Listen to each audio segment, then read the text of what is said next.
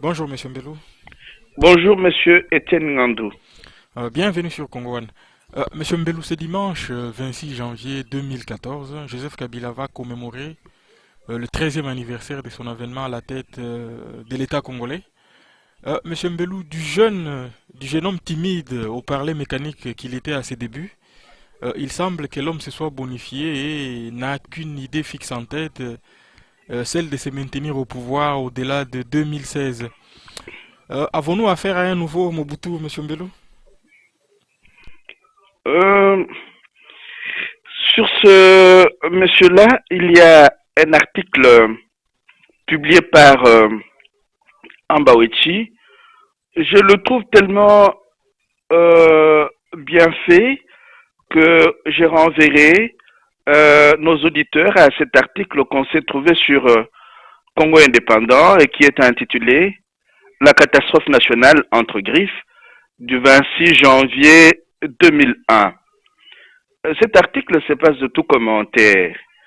Et en le lisant, je me suis rendu compte que certains d'entre nous ont avalisé un coup d'État qui a été orchestré par les alliés majeurs et assumé par ce que ces alliés majeurs ont dénommé les leaders de la Renaissance africaine. J'ai cité Museveni et Kagame. Leur coup d'État a consisté d'abord à faire de Laurent Désiré Kabila leur pantin pour l'exploitation des matières premières du Congo, des ressources du sol et du sous-sol congolais, en tuant énormément de Rwandais et de Congolais. Et après l'assassinat de Laurent Désiré Kabila, ils ont réussi à mettre à la tête du pays, je dis bien, avec la complicité de ceux que nous dénommons alliés majeurs, ceux qui ont organisé, programmé, commandité la guerre de basse intensité qui se vit chez nous depuis 1996 jusqu'à ce jour. Donc, avec leur complicité, Monsieur Joseph Kabila a été imposé à la tête de notre pays. Mais maintenant aussi, ajoutons, n'ayons pas peur de ce que nous aussi nous avons fait dans le chef de certains de nos frères et sœurs. Nous avons avalisé ce coup d'État en applaudissant Joseph Kabila comme le raïs du Congo. Alors aujourd'hui, euh, euh, les plus éveillés d'entre nous se rendent compte que ça a été une catastrophe. Hein? Ambaouchi l'écrit sans embâge et cet article est d'une très grande portée. Il mérite d'être lu et c'est aussi une occasion de pouvoir lancer un appel à nos compatriotes qui n'ont pas encore compris que nous avons des médias alternatifs qui font du bon travail, de pouvoir visiter Congo Indépendant, de pouvoir visiter Congo One, de pouvoir visiter Ingeta, de pouvoir visiter Congo Mikili. Tous ces médias, Congo Time, tous ces médias qui depuis un temps abattent quand même un travail titanesque malgré les critiques qu'on peut formuler à leur endroit, abattent un travail titanesque qui aide à avancer dans l'approfondissement de la question congolaise telle que nous est posée depuis la guerre de l'AFDEL. On pourrait même remonter jusqu'aux années 60. Très bien. Signe des temps, les proches de Laurent Kabila qui avaient conduit Joseph Kabila au pouvoir ne semblent plus être dans les faveurs du Raïs. Il s'agit notamment de John Numbi et Moinzen Congolo qui ont vu cette semaine leurs propriétés perquisitionnées par la police et l'armée. Quelle lecture avez-vous vous de ces faits, Monsieur Mbello?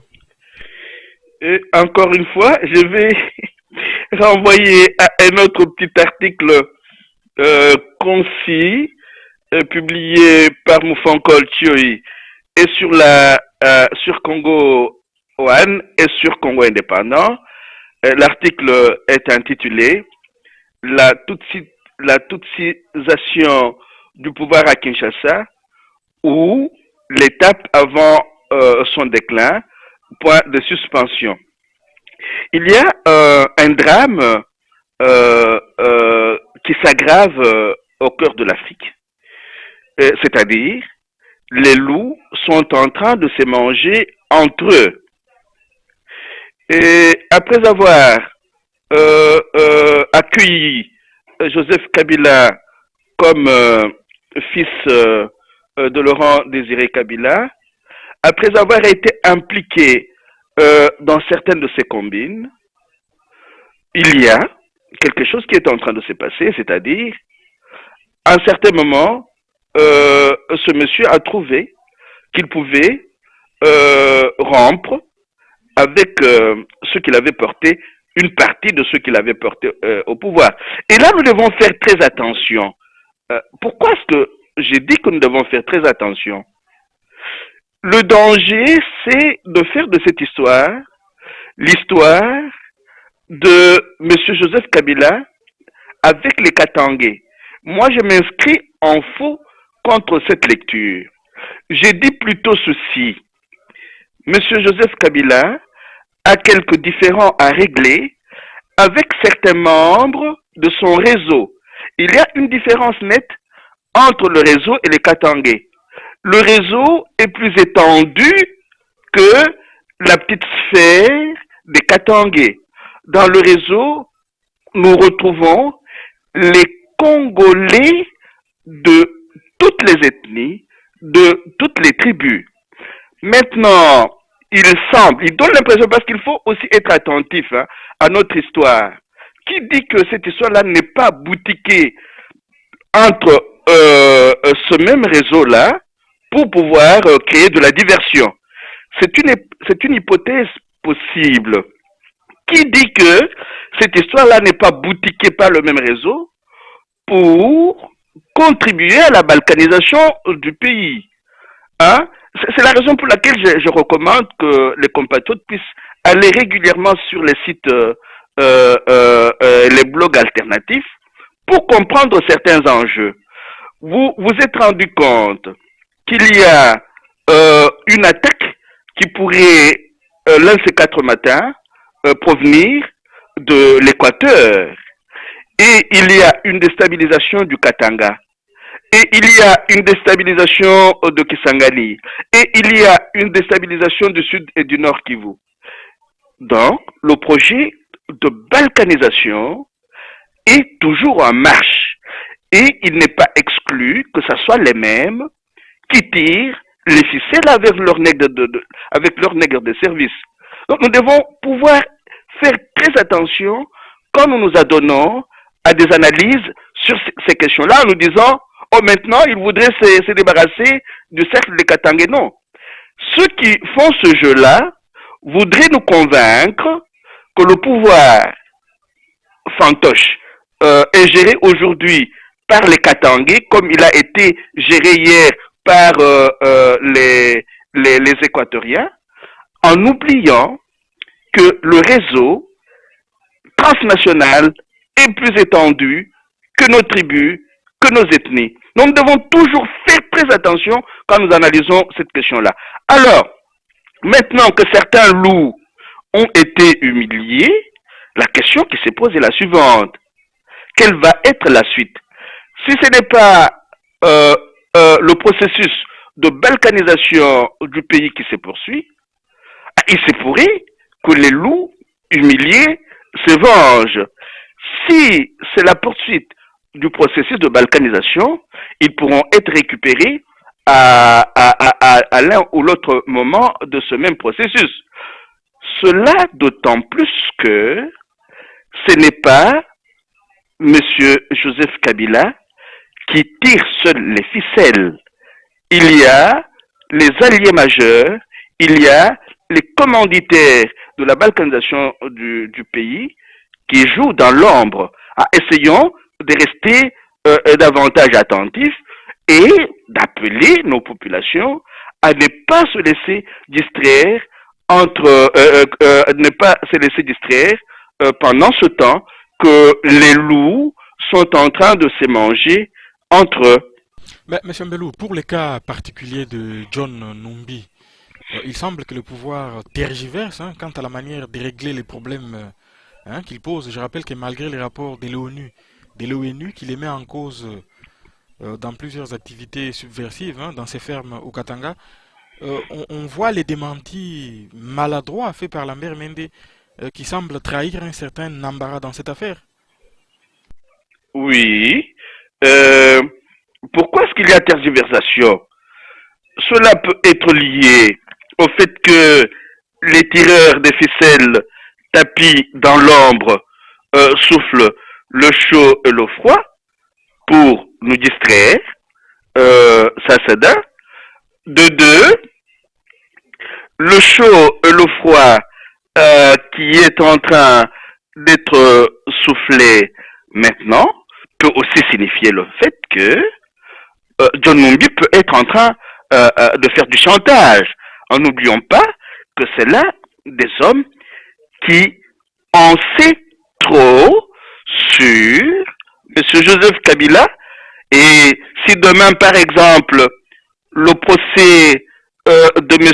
Floribert Chebeya rebondissait, n'oubliez pas que John Numbi et M. Joseph Kabila risquent de se retrouver devant les tribunaux et ils doivent pouvoir se ménager avant que cela ne puisse éclater au grand jour. Donc, je dirais simplement que les tergiversations seraient liées, un, au fait que les tireurs de ficelles soufflent le chaud et le froid, deux, au fait que John Numbi en sait trop et il pourrait mettre les secrets qu'il connaît sur la place publique. Il est aménagé. Et la peur serait qu'il disparaisse avec tous ces secrets-là dans le ventre. On a vu Katouma Manké disparaître.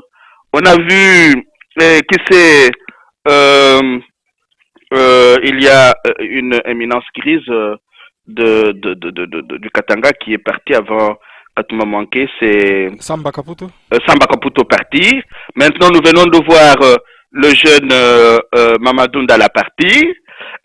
Tous ces assassinats, tous ces massacres extrajudiciaires devraient interpeller la conscience de ceux qui estiment que parce qu'ils connaissent, ils en savent mieux sur la descente aux enfers de notre pays, et il n'est pas encore temps pour eux de pouvoir mettre les secrets qu'ils connaissent sur la place publique. Donc ça pourrait être dangereux pour eux. Donc ce sont des signes qui ne mentent pas, mais nous en sommes encore là dans les hypothèses que l'histoire pourra nous permettre de vérifier si le Seigneur nous prête vie. Oui, justement, à propos de cette affaire, Lambert Mende a affirmé notamment ceci. La perquisition n'était pas dirigée contre le général John Numbi. On a découvert l'identité de la personne au moment où l'opération était en train de se dérouler. Il y a eu dénonciation d'un regroupement de personnes plus ou moins suspectes dans un endroit inhabité, donc un chantier où des gens ne peuvent pas habiter. Monsieur Mbelou, aussi bien dans cette affaire que celle qui concerne les circonstances du décès de Mamadou Ndala, Lambert Mende, comme à son habitude, semble persister dans ce qu'on peut appeler une communication du mensonge. Je m'excuse. Je ne sais pas pourquoi vous attachez beaucoup d'importance à ce que Lambert Mende dit. Essayez de relire le texte, certains articles sur Radio Okapi. Et vous verrez que souvent, les, m'excuse, les communications de M. Lambert Mende sont aussitôt après contredites ou par le gouvernement, ou par les responsables militaires, ou par les journalistes. C'est-à-dire que il essaie de se maintenir dans un rôle de confusionniste. Peut-être que ça sert le gouvernement au sein duquel il opère, mais quand vous relisez certains articles liés à ces communications et aux communications des autres membres du gouvernement et de la police ou de l'armée, il y a des contradictions flagrantes. Et s'il vous plaît, essayons de ne pas accorder beaucoup trop d'importance au rôle que ce monsieur-là est en train de jouer, à son rôle de confusionniste, quoi. Très bien, toujours à propos du colonel Mamadou Ndala, toute l'actualité de ces derniers jours à propos de lui a mis en lumière certaines pratiques au sein des FRDC. C'est ainsi que nous avons appris par la presse locale de l'Est que les guerres à l'Est du pays sont un grand business qui enrichit beaucoup de gens, dont des gradés de l'armée. Et cette presse poursuit une opération militaire, c'est l'occasion rêvée pour eux de se remplir les poches en gérant les fonds mis à leur disposition, voire en vendant des armes aux rebelles ou en détournant la solde ou la ration des hommes des troupes. Monsieur Mbelou, Mamadou Ndala n'a-t-il pas été victime de ces systèmes-là aussi? Mais tout à fait, relisez mon article intitulé Mamadou Ndala et Lumumba, une même double erreur. Relisez cet article-là, il y a ça. Mais revenons à, au premier rapport, au deuxième, je pense, rapport des experts de l'ONU, le rapport CASEM de 2002. Ce rapport est clair comme l'eau de roche. Ce qui se passe chez nous, c'est une opération de prédation, de vol entretenu par ce que ce rapport-là dénommait déjà le réseau d'élite. Mais mon cher frère, nous oublions vite, nous ne lisons pas. Alors après, nous faisons comme s'il y avait des nouveautés dans ce qui se passe à l'est de notre pays. Il n'y a rien de neuf sous le soleil congolais à l'est du pays. C'est une guerre d'agression et de prédation, débarrasser le plus possible les espaces occupés et riches en ressources du sol et du sous-sol, les débarrasser des populations congolaises, y installer les clients des multinationales et des hauts gradés de l'armée, mais aussi des hauts fonctionnaires du gouvernement et des institutions des trois pays impliqués dans cette guerre-là. On peut même ajouter aussi le Burundi, le Rwanda, l'Ouganda, le Congo et le Burundi. C'est une guerre de prédation. Relisez ce premier rapport. Et malgré les critiques, je ne cesse de le dire, adressées à Colette Brackman a récupéré la chose en écrivant un livre au titre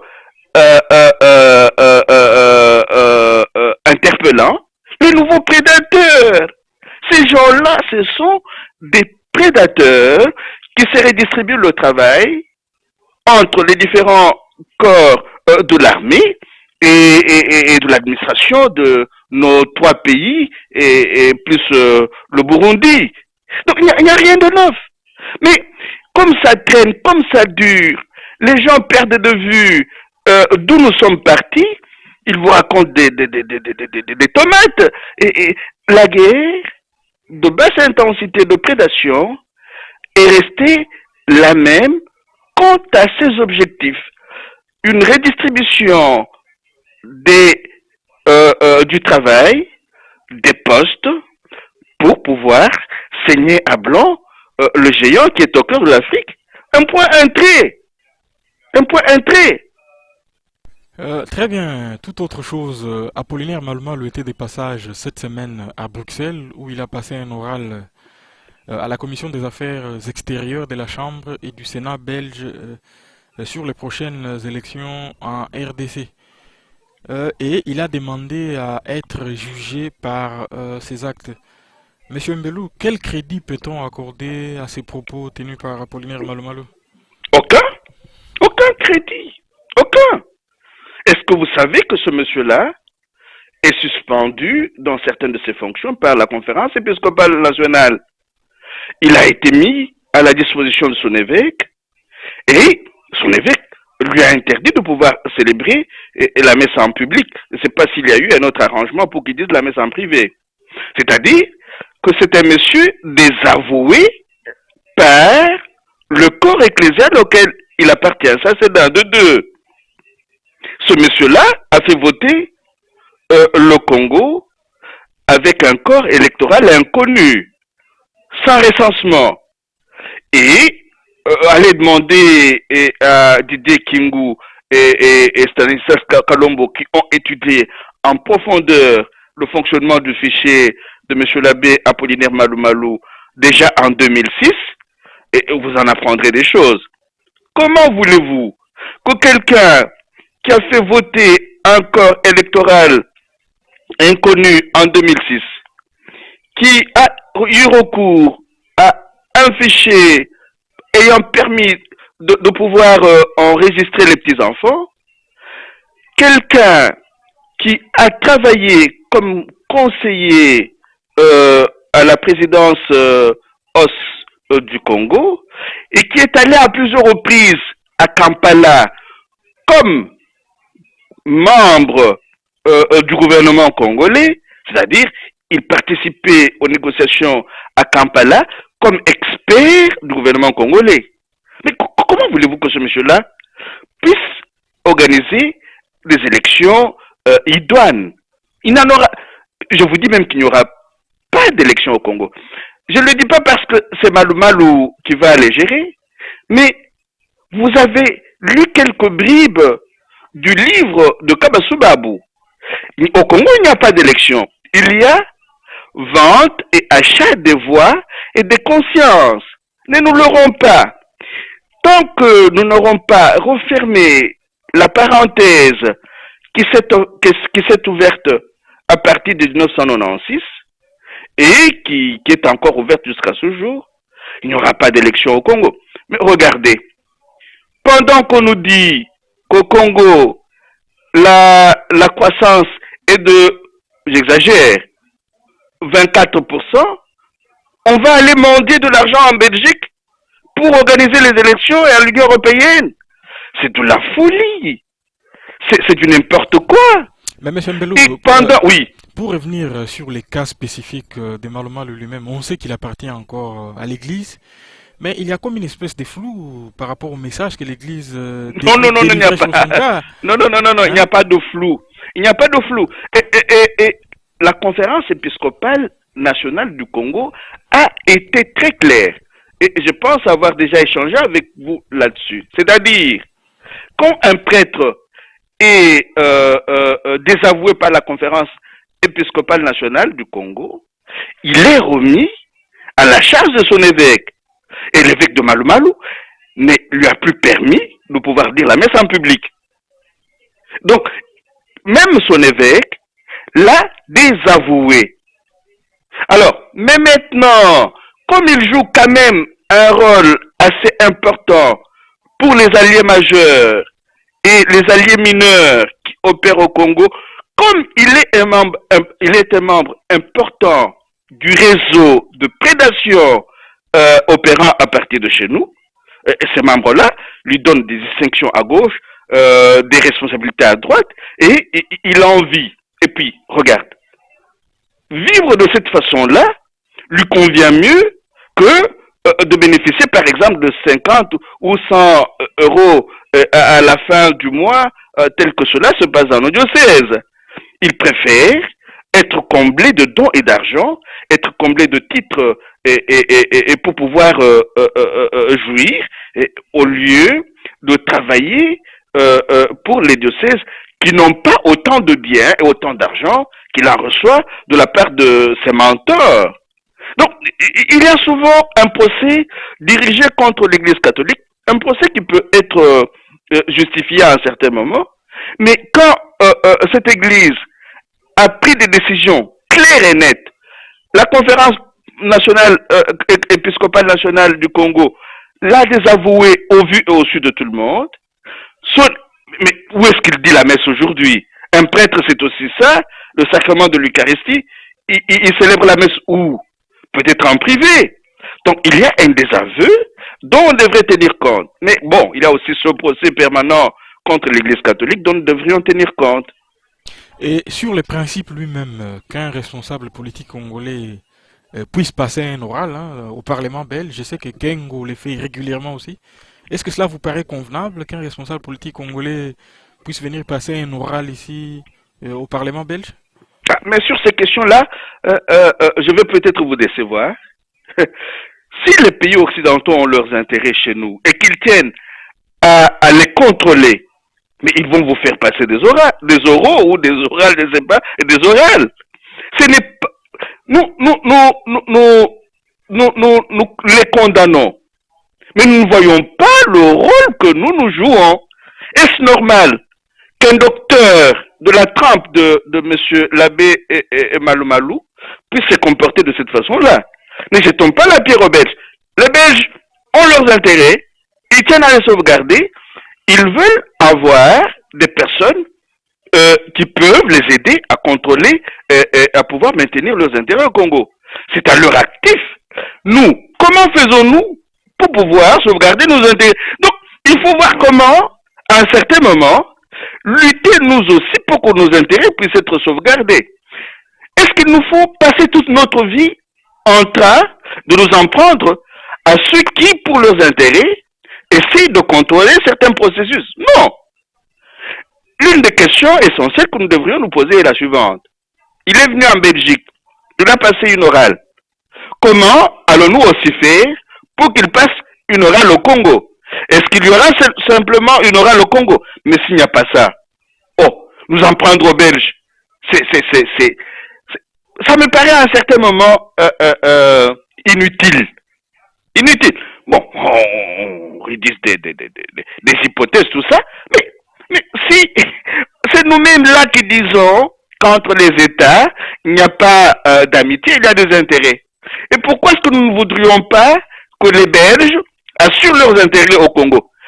À condition, on peut dire, mais comment procède-t-il pour pouvoir assurer ces intérêts-là? Est-ce qu'ils respectent les principes sur lesquels leur pays est bâti?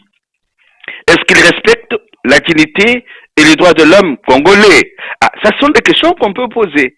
Mais ne leur reprochons pas de pouvoir chercher à contrôler des processus qui pourraient les aider à pouvoir sauvegarder leurs intérêts.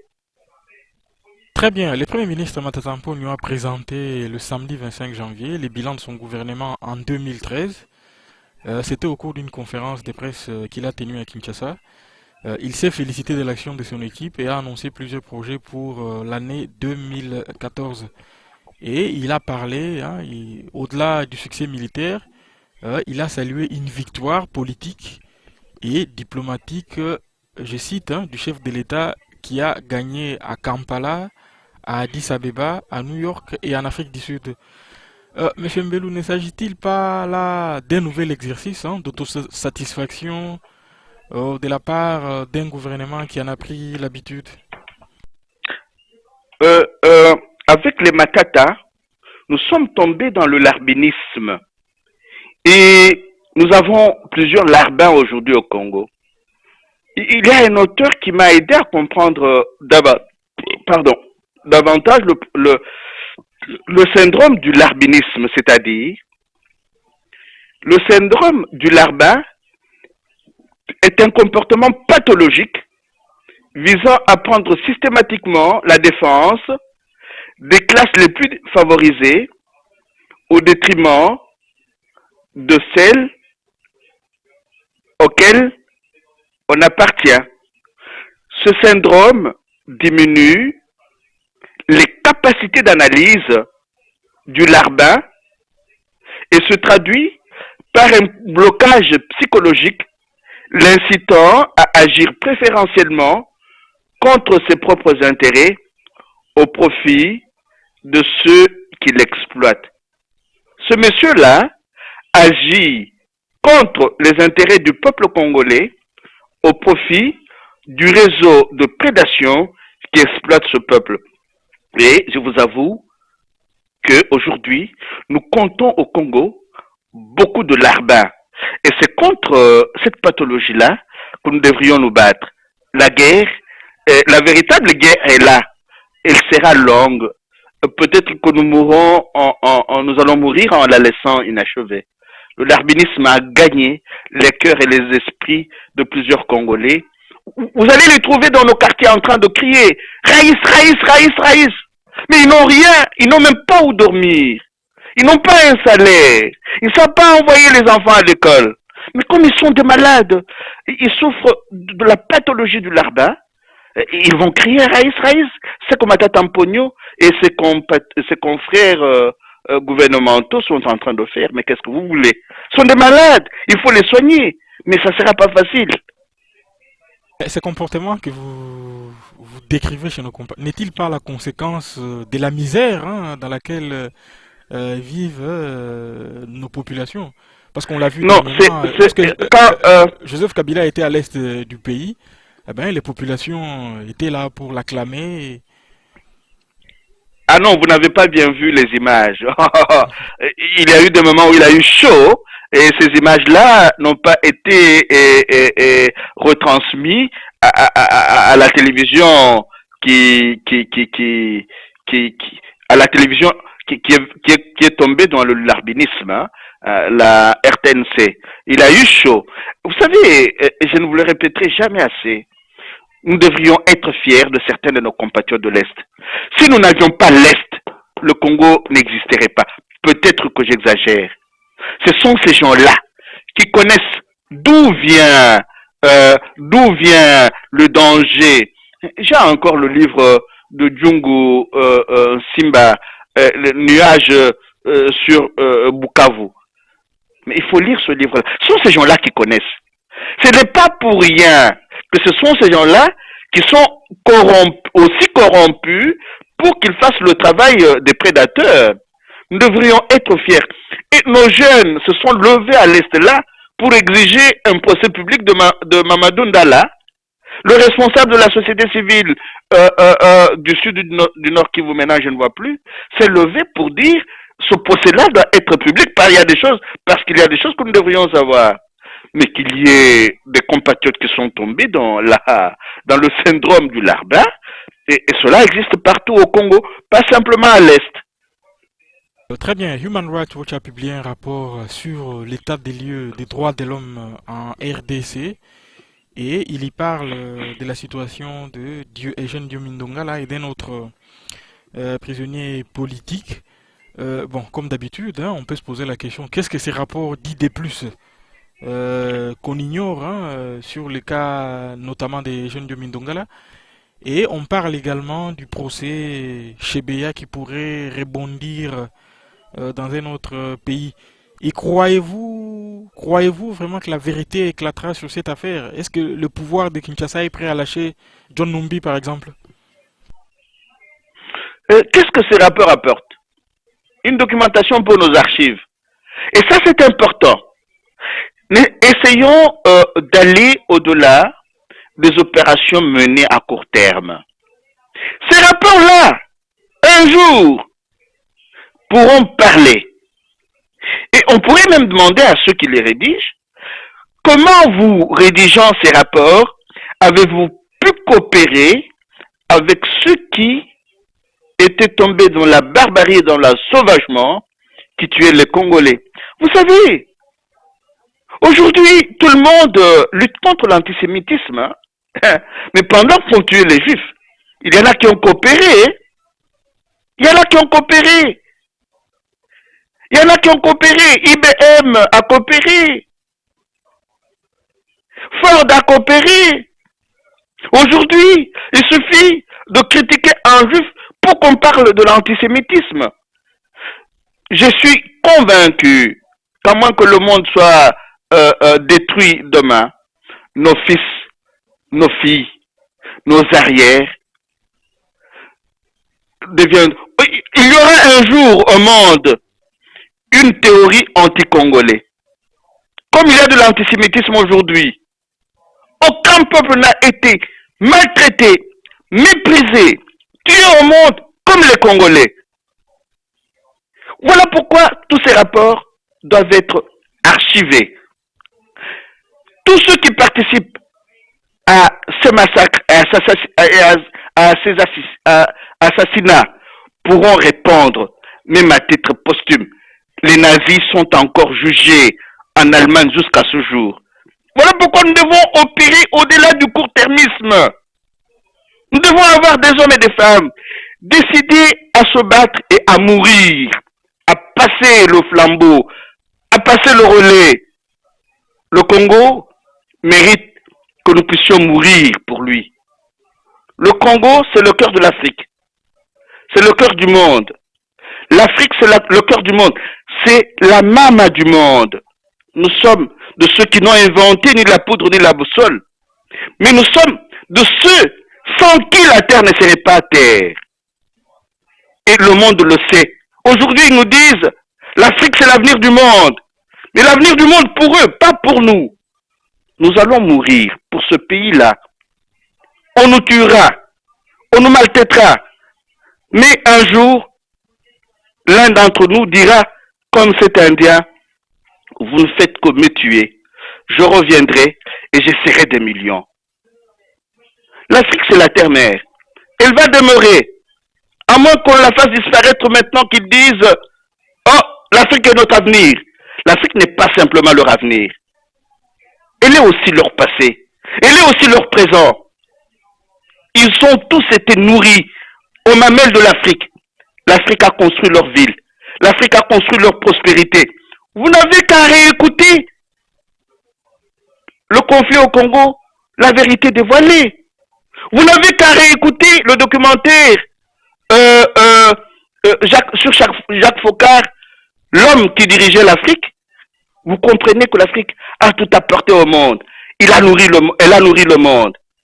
Et elle va survivre à la barbarie de ces ingrats qui ont instrumentalisé certains d'entre nous pour pouvoir faire disparaître l'Afrique de la carte du monde. Mais l'Afrique survivra. Elle est la mère du monde. Le Congo finira par gagner cette guerre. Si ce n'est pas nous qui la gagnons, nos fils ou nos arrières finiront par la gagner. Et un jour, il y aura une loi anti-congolais à travers le monde. Comme il y a une loi antisémitisme à travers le monde aujourd'hui. Très bien, merci beaucoup, Monsieur Mbelou, et à la semaine prochaine. Merci bien, Monsieur Etienne Ngandou, et à la semaine prochaine.